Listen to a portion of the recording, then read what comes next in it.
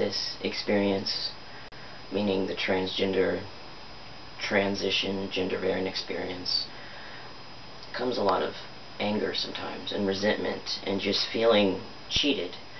And I felt like that a lot, and I was uptight and angry all the time, and just really felt shortchanged, like I've got to pay for things that people were born with, and it just really frustrated me. But you gotta let it go. 3 years ago, I would have been like, what?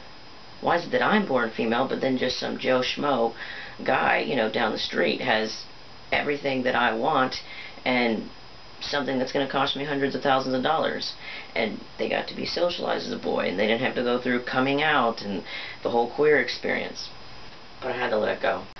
I had to accept it. This is how my body is. It's how it's going to be.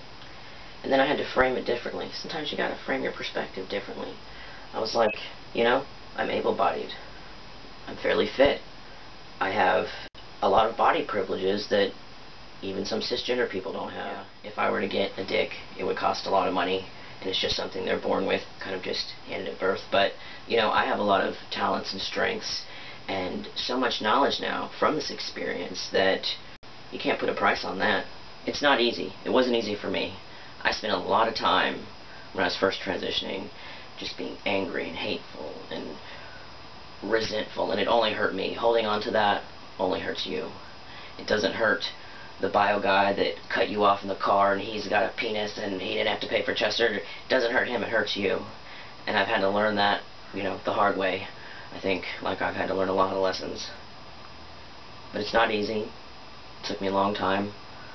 Hopefully this could help save you some grief. Just self-hate. I mean, I've struggled with hating myself so much for not being cisgender and, you know, having the body I should have been born with. But then I realized this is the body I should have been born with.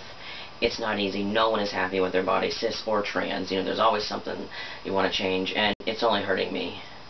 I've had to let go that I was not born with, you know, what is a normative penis, you know, and just frame things differently and just be happy to be able-bodied and to be able to go out and skate and bike when I want, to enjoy my body. You know, for the most part, I like it, and I'm much more comfortable with it. And transition, just as much about gaining who you are and finding who you are, is letting go. It's letting go of the person that you were, that you feel you never were, and, you know, that's freeing. But it's also sad. It's a mournful time. You know, I was just thinking, like, where's my old self? What happens to her? You know, she's, you know, just gone. You know, Social Security, gender, everything changed. But she's still here.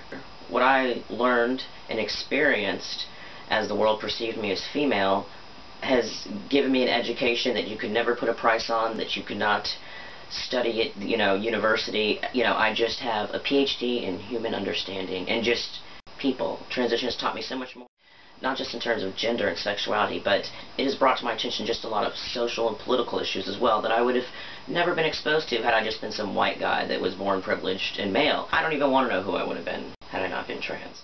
I don't know what I would have been like. I would have not been nearly as socially aware, emotionally aware, in touch with myself. I spent a lot of long, hard nights just thinking and processing and, you know, going through that reel of self-hate and not feeling good enough or not like, you know, a regular guy. And then I thought, why do I want to be a regular guy? Because it's more what society says. I think a lot of our dysphoria and bad feelings about ourselves are because we're so hated as a people and misunderstood. We're just like everyone else, and we just want love and acceptance. And part of that acceptance is accepting yourself.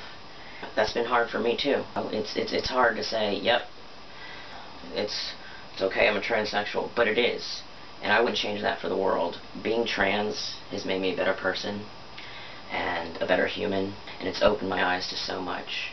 So try to enjoy that. And if everything is bad in your life, you are not on hormones, you can't afford surgery, your parents won't speak to you, your friends won't call you the right pronoun, at least know you're watching this and you're aware of who you are. And that's the best thing, the most freeing thing that could possibly be.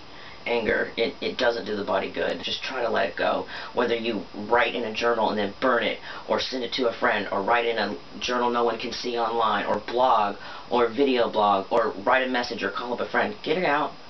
Let it stay out, because it's much nicer being peaceful and zen and not agitated and stressed and just angry all the time. And, you know, go easy on yourself. We have a hard time as it is, as trans people, with other people. So, you know, take it easy, and it'll get better. And when you find that you let it go, that's when you'll be the most free.